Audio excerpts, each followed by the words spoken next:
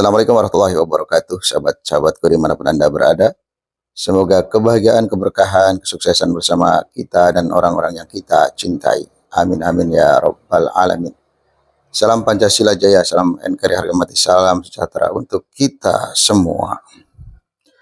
Bagi seorang pembenci, kebaikan seseorang itu akan salah di matanya, apalagi keburukan dan kesalahannya. Pokoknya tidak ada baiknya seseorang di mata pembencinya. Semua akan hilang, semua akan tertutupi, semua tidak terlihat kebaikannya, meskipun kebaikannya itu banyak dan besar dibanding dengan kebaikan yang membencinya. Ini ibarat pepatah, gajah di pelupuk mata tidak terlihat, semut di seberang lautan terlihat. Itulah bagi para pembenci. Dan bagi para pembenci sungguhnya adalah mereka sedang mengotori pikiran dan hatinya sendiri. Dan dia sedang mengumpulkan benih-benih dosa yang terus akan dipetik, akan dipanen selamanya selagi dia tidak meminta maaf kepada orang yang dibencinya, apalagi difitnahnya berkali-kali.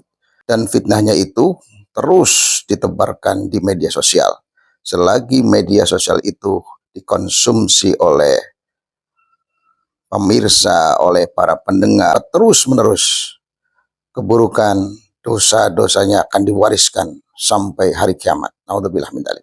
Inilah pentingnya kita memiliki kebesaran hati, memiliki kelonggaran jiwa, agar kita tidak memandang seseorang yang kita benci itu keburukannya terus, sementara kebaikannya hilang di mata kita. Nah, inilah pentingnya ketika kita memandang objektif terhadap seseorang, yang baik dikatakan baik, yang buruk dikatakan buruk. Jangan sampai karena kebencian di dalam hati kita itu, kebaikannya semua hilang, sirna, seolah-olah dia tidak memiliki kebaikan, yang adanya keburukan. Padahal kalau kita bercermin, memiliki cermin yang bagus, kebaikan kita tidak ada seujung kukunya. Hal-hal semacam ini masih saja ada di negeri kita.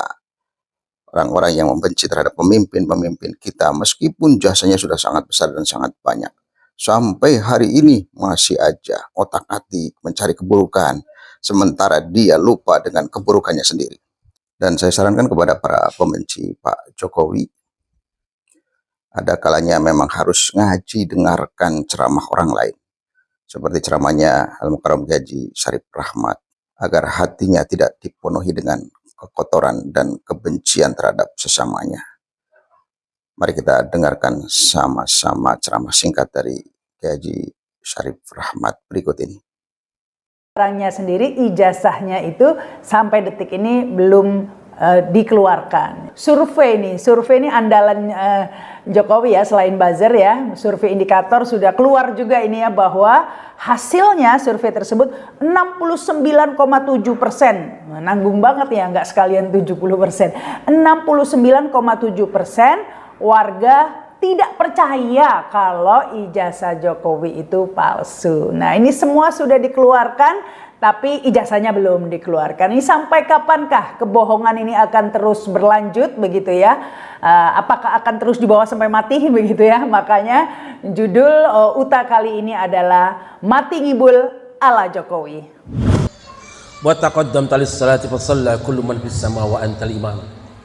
Engkau maju untuk salat, maka semua yang di langit pun sholat dan engkau imamnya Muhammad.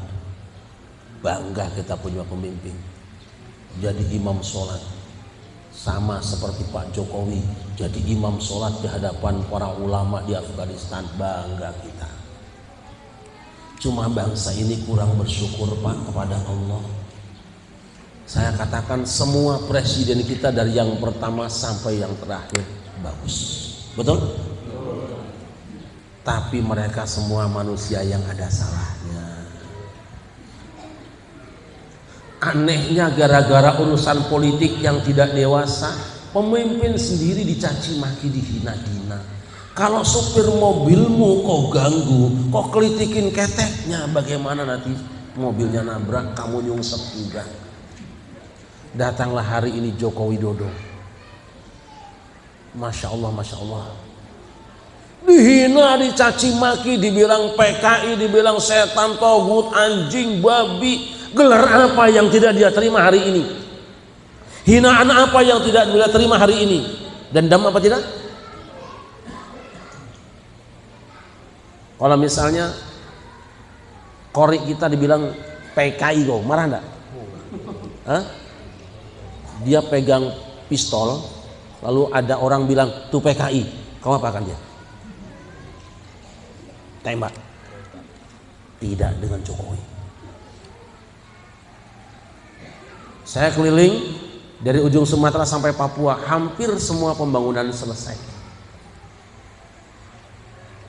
Kok tega-teganya orang menghina presiden sendiri? Ya karena saya akan pilihnya Prabowo. Jangan begitu. Bagi saya, kalau Prabowo menang, dia tetap presiden saya, dan akan saya lupakan pilihan yang berbeda. Menang Jokowi, dia presiden saya lupakan pilihan saya. Itulah konsep Nahdlatul Ulama, dan itu konsep sahabat-sahabat Rasulullah SAW. Sesekali dengarkan ceramah orang lain. Jangan hanya mendengarkan ceramah-ceramah mereka yang terus membenci Pak Jokowi, atau ceramah-ceramah yang hanya seklan dengan Anda, sehingga Anda tidak memiliki keseimbangan, terus memprovokasi dan terus membenci, mencari keburukan orang lain. Ini bahaya, Mbak Ratma. Ini sangat bahaya. Bahayanya tidak hanya di dunia, tetapi di akhirat. Dan nanti keburukan-keburukan orang lain akan ditimpakan kepada kita, sementara pahala kita diberikan kepada orang yang kita fitnah, yang kita benci selama ini. Naudzubillah min dzalik. Ini saya semoga bermanfaat, dan ini menjadi penyadaran kita semua. Lihat, pandang kebaikan orang, jangan hanya dengan sebelah mata. Terima kasih. Assalamualaikum warahmatullahi wabarakatuh.